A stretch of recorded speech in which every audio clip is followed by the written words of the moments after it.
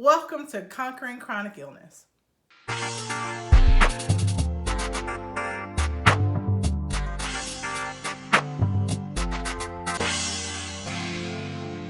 Hi, my name is Teresa. I'm a woman, wife, and mother conquering chronic illness. Today we're going to talk about advocating for yourself, specifically with doctors. I'm going to give you three things that I have tried to do, when dealing with doctors, because when you have a chronic illness, there's a lot of doctors, right? And so you want to be able to not only choose a doctor, which is a whole nother thing for a whole nother video, but you also want to be able to interact with your doctor in the given amount of time that you have with them in a way that's beneficial for helping you manage your chronic illness, right? So this is going to be short and sweet, hopefully. I'll probably ramble, may throw in a story or two. So the first thing that I have learned is that I need to figure out what I want from my doctor, right? What do I need and expect for my doctor to be able to do for me? And I need to communicate that to them in the beginning, and ask them forthwith if they can do that, right? Every doctor's appointment costs money. Even if you have insurance, it costs money, it costs time, it takes energy.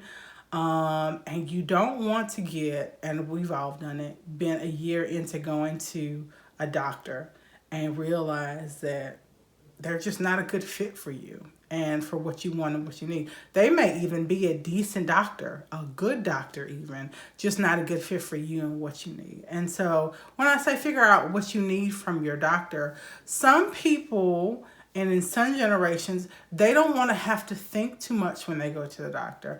They want to go to the doctor with a problem, leave with a solution, and they'll do what the doctor says. And that's fine if that is what you want. If you are managing chronic illness, sometimes you don't have that luxury of just being like, I'll do this and go on. Maybe you can do it and it work out well for you, but oftentimes not. Sometimes you need a doctor who's able to help you manage your symptoms and be able to point you in the direction of other things that maybe aren't pharmaceutical. A lot of times they call them functional medicine, or that's not the clinical term. It's an addendum that's added to their,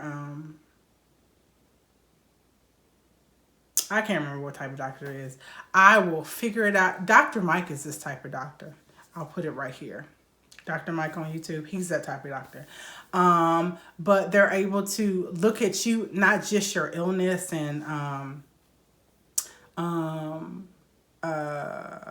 problem shoot the illness, but look at your lifestyle and the type of lifestyle that you're trying to lead.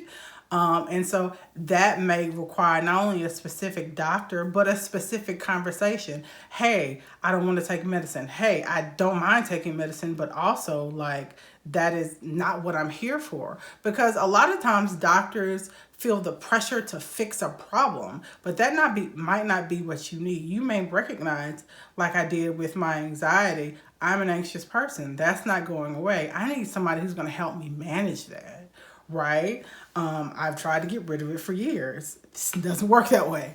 And so I recognized that I didn't need another pill per se, even though I wasn't opposed to it, but I needed someone to help me manage it, help me manage the medication if I was taking it, but also help me manage me, right? Help me manage other health issues that I had and how that affected my anxiety, all sorts of things. And so you need to figure out what you want your doctor to do for you, right?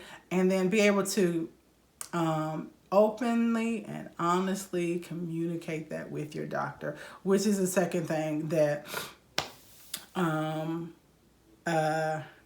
have learned over the years, is that I need to be honest and open, right? And so if you like to Google stuff and you have a doctor that you can't tell about the things that you found on Google, find another doctor. Like, the whole point of having a doctor is to help you weed through the misinformation that's out there about medicine, I feel like. And if you can't go to your doctor about that, then what's the point, right? I don't want WebMD to be my doctor. I want my doctor to be my doctor. And if I Google something because I have a question and I can't take that question and the information that I found to my doctor, then why have that doctor, right? So be open and honest, but make sure you have a doctor that you can be open and honest with. And being open and honest is hard, right? So a lot of times there's a stigma, especially when you are in a larger body, that chronic illness is your fault. And so there is this tendency to withhold information that might make you look bad.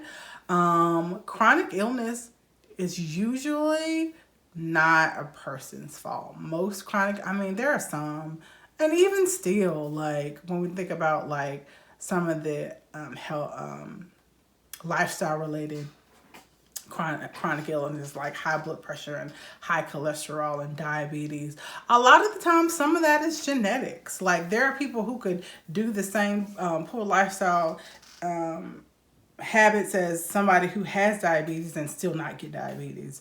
And so, but that stigma can make people not be honest. And when you have chronic illness, especially when you are taking medication for that chronic illness, it does not benefit you not to be able to lay it all out on the table, right? My doctors, all of them, rheumatologists, primary care physicians, breast specialists, gynecologists, psychiatrists, and counselor, probably my dentist too, want me to exercise 4 times a week for at least 30 minutes. I physically cannot do that. And so there's always a conversation. Well, are you exercising? No, I can't. Can you help me get to a place where I can? Well, you just got to do it. Did that for a year, made it worse. Is there anything that you could do to help me? Right? And so just having those open and honest conversations. Can't exercise for 30 minutes, but I've been doing yoga for 15 minutes every night, and that feels good, and I'm able to do that, so yeah. But you have to be able to go to your doctor, be able to be honest about what you're going through, what you've been doing, what you've not been doing, what you've read online. Will this medicine help? They are the wealth of knowledge, and they are I want to say impartial, but they're humans, right? But they're a better source than Google. They are a better source. If you got a good doctor and you picked a good doctor and it's one that you're willing to stick beside, they're a better source than Google. And so it benefits you if you can be honest with them. What is the third thing? I'm sorry. I have fibromyalgia, and sometimes my brain just... I'm going to sit here and think about this. I'll just cut this part out or speed it up. Oh, okay. Third thing, understanding that your doctor does not know unless you tell them, right? And this kind of ties into being honest, but they're not mind readers, right? They don't know how much you're struggling or how much the struggling has eased unless you tell them, right? They can run lab tests, but we know fibromyalgia isn't technically picked up on a lab test. Maybe you'll have some ANA values that are a little bit off, but for the most part, like, it's a diagnosis of exclusion. You do lab tests to make sure that you don't have other things, and when it says you have no other things, you have fibromyalgia. And so it is beneficial for you to tell... to not expect your doctor to be able to read your mind, right? To give them the benefit of the doubt that, they have 10 minutes, 5 minutes, probably most of the time in an appointment with you. They may need you to come back if you have a complex issue, and that's okay. They're not running you off. That's just the way the system is set up now. You don't have a 30-minute appointment with your doctor, even though that's what's billed to you. You see your doctor for 5 or 10 minutes.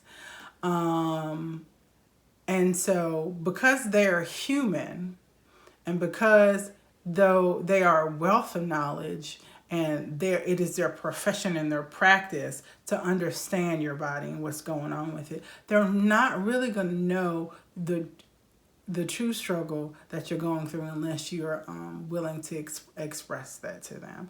And that's difficult. It is difficult because a lot of times we are dismissed. Some things that are pain thresholds for some people are not for others. And so there's bias. There is. I'm a Black woman who goes to several doctors. You're not going to tell me that there's not. It took me 3 years to find a primary care physician once we moved back to Baton Rouge. So, yeah. And it wasn't just because I wasn't going to the doctor. I was trying out different doctors and being disappointed. Even with all that, even though I have a good doctor, like if I am upset about something, if I feel like she is not addressing something in a way that I can appreciate, she won't know that unless I bring that to her attention, right?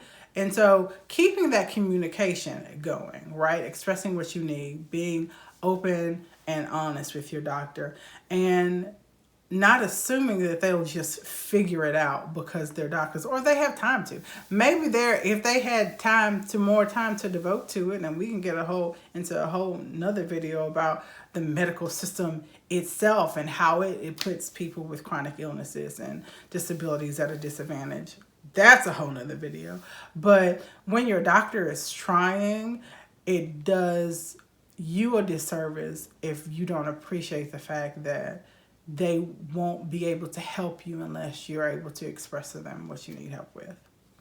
I think that's it. I feel awful today, if you cannot tell, but I think this will be a helpful video for those of you who are trying to go to the doctor. I see a lot of information that is very confrontational, and I will say that. Well, if you don't want to run this test, we'll put it in my notes. I think a lot of that final decision, a lot of that back and forth, that frustration can be avoided in front loading with open and honest communication and understanding. This is what I want, doctor. Can you do this? And if a doctor says no, find another doctor, right? And maybe they say yeah, but they can't fake the funk for long. And so being willing to be honest with your doctor about what they are doing or not doing is one thing, and it's helpful. But know that don't go into a situation with your doctor and knowing that you're going to advocate for yourself, looking for a fight, because it might not be a fight. They may just be willing to help you. So that's all I have for right now. Thank you so much for watching this video. Hopefully you find it helpful. Thank you to those of you who have been subscribing and commenting on the videos. It's very encouraging. Go ahead and like and share this video if you found it helpful, and I'll see you in the next video and in the comment section down below.